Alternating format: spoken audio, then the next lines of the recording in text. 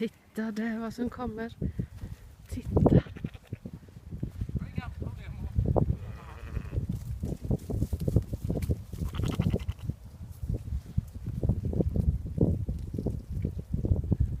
Hennes svans gick direkt.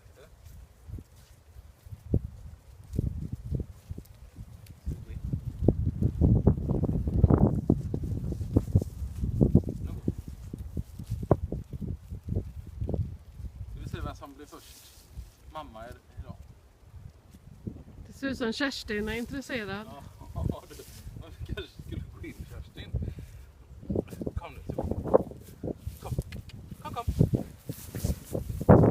Det är massa tjejer här inne. Kom. Nej, han vill vara med henne. Jag får gå ut och hjälpa till.